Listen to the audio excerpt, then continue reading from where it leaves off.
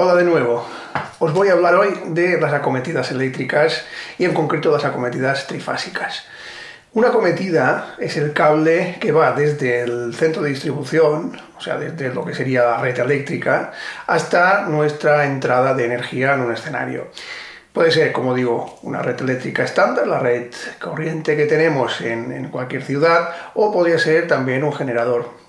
Generador, alternador, tiene varios nombres, pero en fin, es un grupo electrógeno, es un aparato, es una máquina que nos va a producir electricidad. Entonces vamos a ver cómo gestionamos este tipo de conexionado. Primero vamos a hacer una diferencia importante en cuanto a lo que sería monofásico y trifásico. Monofásico se refiere a la corriente cuando tenemos una sola onda generadora. Sabemos todos que la corriente alterna se representa con una onda senoidal y cuando tenemos una sola línea, una sola onda, una sola línea de energía, entonces llamamos al sistema monofásico. Como veis, el gráfico que os acabo de poner, vemos solo esta onda simple como os he comentado. Pero ¿qué ocurre? Que podemos añadir otras ondas, podemos añadir otros niveles de energía añadiendo más fases. Entonces, cada una de estas fases, cada una de estas líneas se genera dentro de lo que sería una bobina, o sea, una bobina, un arrollamiento de hilo, en esencia es eso, y la distribuyen dentro de una circunferencia, y esa circunferencia, como tiene 360 grados y queremos tener tres fases, hay que dividirla en tres. Entonces, cada una de estas bobinas nos va a generar una de estas ondas. Cada una de estas ondas tiene que ser así porque, claro, el sistema va recogiendo la energía de esta bobina, pasa a esta otra. Si dividimos la circunferencia en tres partes, tenemos 120 grados. Por tanto, como veis en el gráfico, el desfase que vamos a tener entre cada una de esas ondas va a ser de 120 grados. Vale, me diréis, ¿y por qué trabajamos con sistemas trifásicos? Si os fijáis, en un sistema trifásico tenemos las tres ondas superpuestas. Entonces, en ningún momento vamos a tener un nivel cero. Querrá decir que la potencia que vamos a desarrollar con un sistema trifásico siempre va a ser estándar, siempre va a ser la misma. En cambio, con un sistema monofásico, hay un momento dado que la onda baja, pasa por cero, va a negativo y vuelve otra vez. En esos momentos, la potencia desciende. Entonces, todos los motores de cierta entidad, motores ya con una cierta potencia, van a trabajar siempre en trifásico, o se supone que vamos a trabajar siempre en trifásico, precisamente porque el rendimiento en motores, sobre todo en motores en trifásico, es muchísimo más elevado que no en sistemas monofásicos. Bueno, dicho esto, nosotros en casa, los enchufes estándar que tenemos, sobre todo aquí en Europa, se llaman Shuko, como el que veis ahora en el dibujo, es el Shuko típico. En este tipo de enchufe tenemos tres polos. Tendríamos tres polos que serían fase, neutro y toma de tierra. Fase y neutro en estos enchufes se puede cambiar, porque nosotros no está polarizado, nosotros podemos cambiar la clavija de sitio, entonces nos cambiaría fase y neutro. Hay otros, como veremos más adelante, como son los Z, que no se puede cambiar, viene fijo y siempre está en la misma posición para no cambiar las polaridades porque podríamos tener un problema.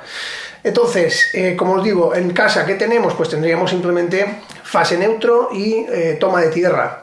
Como veis en el gráfico, cuando tenemos una fase neutro y toma de tierra, entre fase y neutro tenemos 240 voltios. Estoy hablando siempre de Europa. 240 voltios 50 hercios es el nominal estándar. No llegamos casi nunca a esos 240 voltios. Si hacéis una medición veréis que estamos entre 137, 138, incluso menos. Siempre hay unas pequeñas variaciones, pero el nominal serían 240. Entonces tenemos una fase y neutro. Fijaros, la fase, en este caso, por normativa, tiene que ser marrón. El neutro es azul y la toma de tierra siempre es amarillo y verde. Siempre que veáis un enchufe destapado, una caja de conexiones, fijaros, vais a ver estos colores siempre que trabajemos en monofásico. Pero si trabajamos en trifásico, añadimos más colores, como serían el negro y el gris.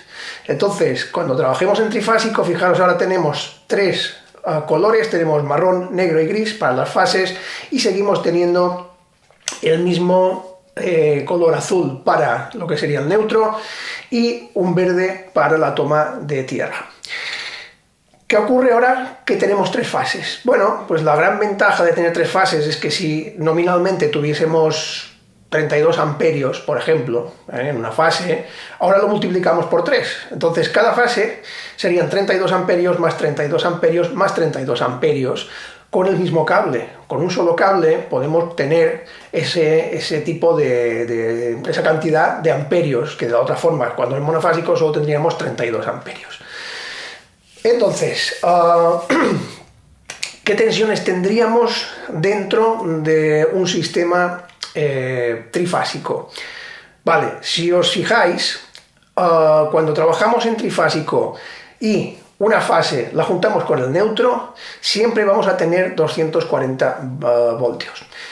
Fase 1 con neutro son 240 voltios, fase 2 con neutro 240 voltios, fase 3 con neutro 240 voltios. Esto es muy importante que lo tengamos siempre en cuenta, sobre todo cuando tenemos que enchufar un equipo en bases que no conocemos. Siempre hay que coger un tester, siempre hay que coger un multímetro y hacer mediciones para ver que tenemos las corrientes correctas, los voltajes correctos. Si no hacemos esto y enchufásemos el equipo, podríamos quemarlo, pero rápidamente, ¿eh? ¿Y por qué lo podemos quemar rápidamente? Pues fijaros ahora en lo que ocurre cuando juntamos las dos fases. O sea, si juntamos fase 1 y fase 2, tenemos 400 voltios. Fase 2, fase 3, 400 voltios. Y fase 3 y fase 1, otros 400 voltios. O sea, imaginaros que nos hemos equivocado y estamos enviando 400 voltios a equipos que están trabajando a 240. Se queman enseguida, o sea, no te da tregua. Enseguida que lo enchufas ves que el equipo hace un chispazo y nos desaparece, ¿eh? O sea, se quema. Por eso es tan importante controlar bien el voltaje que tenemos en nuestros terminales cuando estamos trabajando, sobre todo en trifásica. Cuando trabajamos en monofásico es difícil tener otros voltajes que no sean los nominales, pero en trifásico sí, y es fácil equivocarse. Vale, ¿qué necesitamos para hacer el conexionado en sistemas trifásicos? Como veis, tenemos ahora 5 cables, ahora ya no son 3. Estos 5 cables se reparten, pues como os he explicado, en 3 fases, neutro y tierra. Para ello hay varios sistemas. Hay sistemas ya de muchísimo amperaje, de 400 amperios por fase, 800, que serían Camlock, en fin, son equipos que no vamos a explicar porque se salen también un poco del nivel que pretendo dar a estos vídeos. Cuando trabajemos con esos sistemas, mejor un electricista, que esté un electricista con vosotros, un ingeniero eléctrico, y que conecte el material. Nosotros vamos a trabajar como máximo 125 amperios y para ello usamos unos conectores que se llaman ZTAC. El ZTAC es el conector básico y más extendido en cuanto a conexionado trifásico para equipos de sonido y es, bueno, veis la imagen ahora, la base, la veis en la imagen y vamos a identificar cada uno de sus polos. Fijaros que tenemos toma de tierra, tenemos neutro, tenemos las 3 líneas y cada uno está en una posición determinada. Esta sería la posición que veríamos en una base hembra empotrable o una base hembra aérea, cualquiera de las dos, visto desde delante. De todas formas, si lo vais a conectar, siempre en la parte de atrás está escrito cada pin exactamente lo que es. Por tanto, es muy importante fijarnos muy bien cuando hacemos la conexión, no equivocarnos de pin y poner el cable en el sitio correspondiente. Entonces, nosotros cuando trabajamos en trifásico, ya os digo, únicamente con los motores vamos a trabajar a 400 voltios, con las fases enteras. Nosotros lo que hacemos y lo que nos conviene es separar ese voltaje en fases separadas. O sea, sacar el voltaje de la fase 1 a 240 voltios, voltaje de la fase 2 a 240 y fase 3 a 240. Cuando nosotros vamos a enchufar algo, lo primero que tenemos que hacer es lo que os he dicho, un tester. Os enseño un tester, tal que este es uno de los 1000 modelos que podemos encontrar en el mercado. Con esto, lo único que tenemos que hacer es poner esto en voltaje en la corriente alterna y con las bornas, poner las bornas en el sitio que os voy a indicar ahora para saber los voltajes exactos que tenemos en esa base.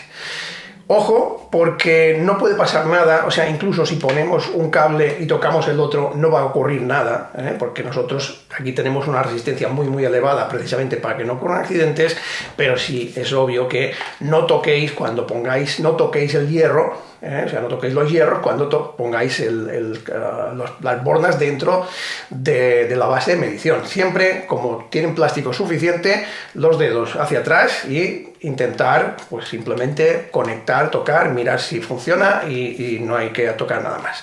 Entonces aquí nos va a indicar exactamente el voltaje que nosotros tenemos en ese sitio. Si os fijáis, entre fases, como os he dicho antes, hay 400 voltios. Las fases están indicadas en el dibujo, o sea, poniendo primero en una de los agujeros y después en el otro y alternando, vais a comprobar que todas esas fases están correctamente conectadas y nos debería dar esos 400 voltios. Después, si queréis, y evidentemente también hay que hacerlo, sería entre neutro y cada una de las fases. Pues es la misma operación. O sea, fase neutro, o sea, fase L1 neutro, L2 neutro, L3 neutro, nos tiene que dar esos 240 voltios. Y sobre todo, fijaros en que una cosa importante también es que entre neutro y toma de tierra debería dar 0 voltios, eso sería lo correcto, o como máximo, siempre como máximo 6 voltios. Si nos da más de 6 voltios, querrá decir que la toma de tierra no es correcta, que no tiene suficiente conductividad y podemos tener un problema de descargas. Lo típico que cuando algún músico coge el micro que se lleva un calambrazo en los labios, o incluso un guitarrista, una guitarra eléctrica que están conectadas a masa que puede dar un calambre, o un equipo, tocar un rack y llevarnos nosotros una sacudida.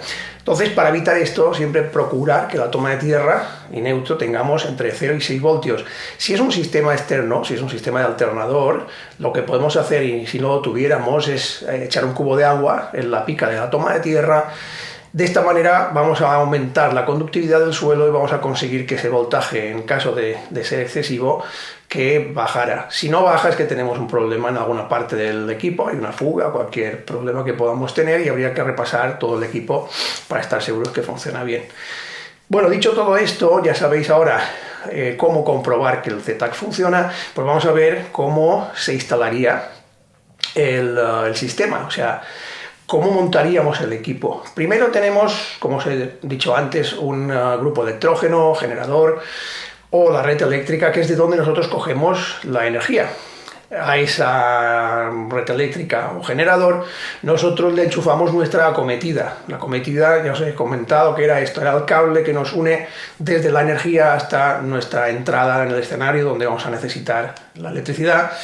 Y puede ser de 20 metros, 30 metros, 200 metros, eso dependerá de lo largo, lo lejos que esté del escenario. Siempre cuanto más corta mejor, para no tener pérdidas, no tener caídas de tensión. Luego siempre nos va a ir a un centro de carga. Cuando llegamos al escenario, un centro de carga. El centro de carga lo que nos indica es voltaje por cada uno de las fases, por cada una de las líneas, y nos indica también el amperaje de cada una de las líneas que estamos utilizando. Es evidente que si tenemos un centro de carga de 32 amperios trifásico, no nos podemos pasar de esos 32 amperios, entre otras cosas porque el magneto térmico que haga referencia a esa fase se nos va a caer, nos va a cortar la corriente como sistema de protección. Entonces, los centros de carga tienen que estar también un poco adecuados al amperaje que necesitamos. 32 amperios trifásicos, 63 trifásicos, 125, en fin, lo que nos haga falta para la acometida. Y luego, desde el centro de carga, vamos a ir a distribuir esas fases. O sea, nosotros tenemos 3 fases, pues os he puesto un ejemplo con 3, pero podrían ser 6, podrían ser 10, podrían ser los que nos haga falta. O sea, después, a partir del centro de carga, vamos derivando y enviamos una señal para el backlight de escenario, enviamos pues otra línea para los focos, otra línea para la PA, en fin, hay toda una serie después de entramado de red que podemos ir montando. Y normalmente lo que siempre se hace, que es importante también que lo sepáis, es usar una sola fase para el audio y el resto de fases para la iluminación, para no tener interferencias. Normalmente yo casi siempre uso la fase 3 para PA, lo que sería PA, backline, monitores de escenario, etcétera, y la fase 1 y 2 serían las fases que uso para iluminación. De esta manera evitamos todos los problemas de que cuando, por ejemplo, subimos un dimmer, ese dimmer pueda darnos ruido en la PA. Esto sería muy por encima la manera de gestionar el tema de las acometidas trifásicas, como os digo. Hay más y después falta un poco de práctica, pero yo creo que con esto vais a tener suficiente. Bueno, si os ha gustado, pues ya sabéis, me ponéis un me gusta, y si queréis seguir recibiendo mis vídeos, os suscribís aquí, que ahora aparecerá aquí abajo el logo. Os suscribís y vais a seguir recibiendo pues todos estos vídeos que voy haciendo. Gracias.